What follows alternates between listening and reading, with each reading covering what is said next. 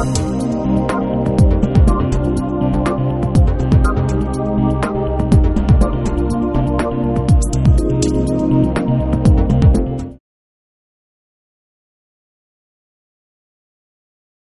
we are, there's the boat. And you can see that from the distance it looks, well, bluish really. Also, another way of doing it we can see in the extraordinary lines and threads of colours of the Divisionist painters. And here it's shown in Angelo Morbelli's For 80 Cents of 1893 to 5. And I'll show you some details of this. We're looking at the two people bending in the middle.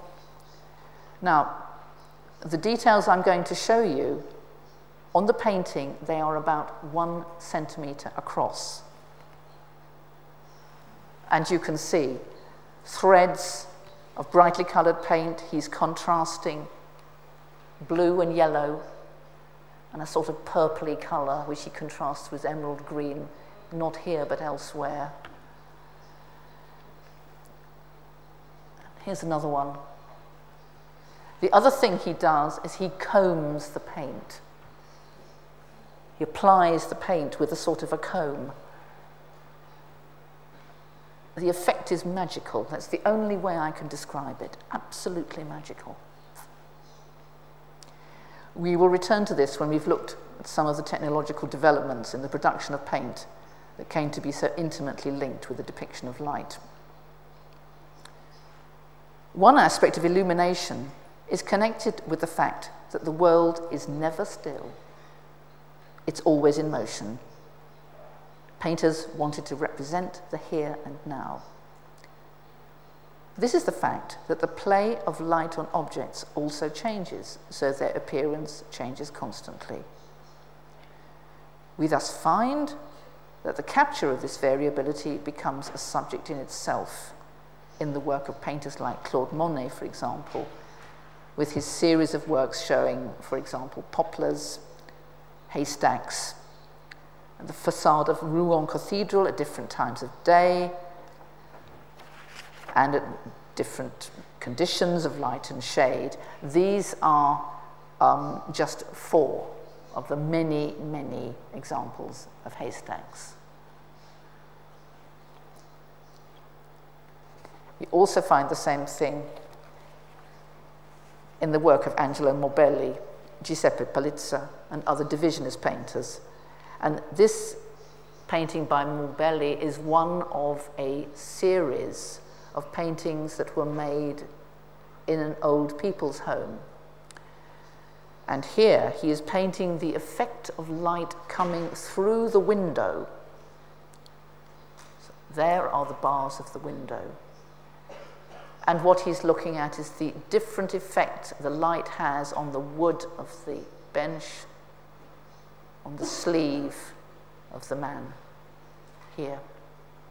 And you imagine that combed effect that I showed you with all the lines. It's in this one as well. In fact, light itself became the subject of painting. If we look briefly at the impact of other worlds on Western artists, one of the most important influences was that of Japanese ukiyo-e prints, which came to Paris, first of all, in the 1850s and 1860s as wrapping paper for porcelain.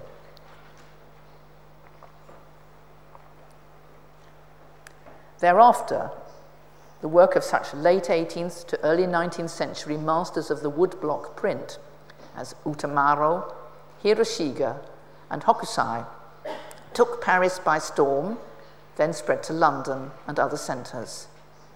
The asymmetrical arrangements, cropped figures, and peculiar spatial effects of the prints, with their flattened perspective emphasising the picture surface, lighting without shadow, and planes of flat colour, were so very different from the Western Renaissance construction of three-dimensional space into the depth of the picture, and the use of light and shade to give volume and solidity to the objects drawn.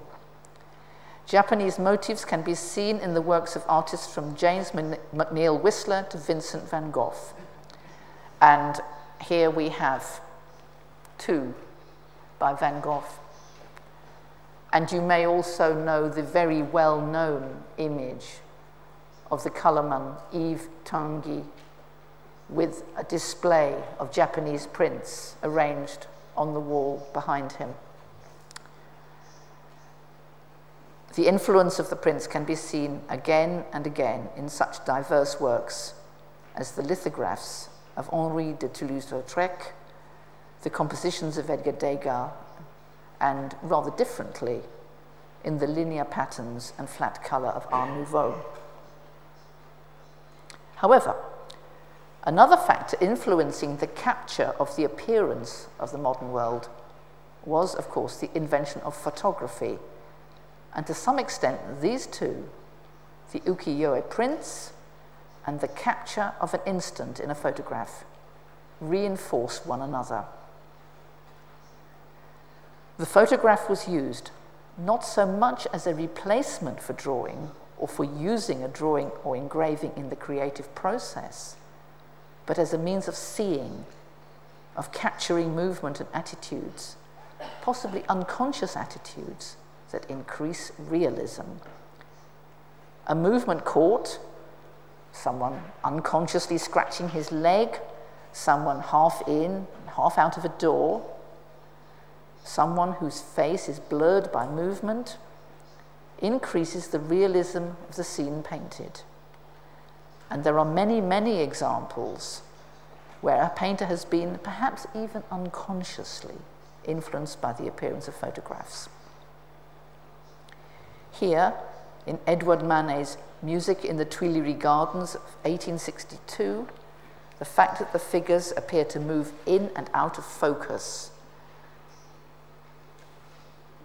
here, and the often bold, broad painting of heads and faces constructed from unmodulated light and dark paint may indicate a familiarity with the appearance of contemporary photographs. And there are very many recognizable people in this painting. Here is Henri Fontaine-Latour, there.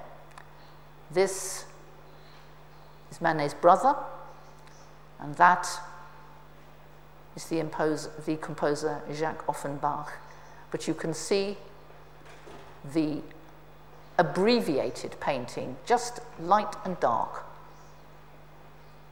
And here it's very difficult to see what's going on at all. Here they're all blurred, exactly as you can imagine people moving while the photographer was capturing a scene.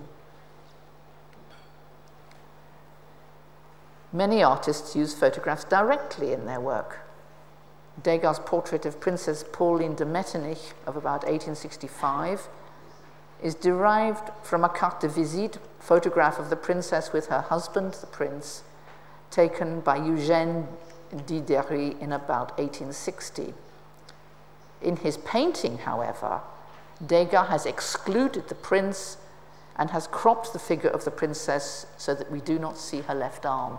If you compare here and here, there, and her left arm was formerly linked to her husband's right, and this fitted neatly into the curve of her waist.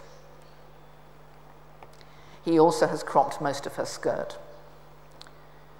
Later, of course, Degas used photographs in his paintings, pastels, drawings and prints of dancers, women bathing and racehorses to give a new and unconventional accuracy in the depiction of gesture and movement. The work of the photographer Edward Muybridge, showing people and animals in movement and birds in flight as a consecutive series of images, was certainly of interest to Degas as it was to many others. Muybridge's work, published in the late 1870s, showed that when a horse was trotting, cantering and galloping, there were times when all four of its hooves were off the ground at once.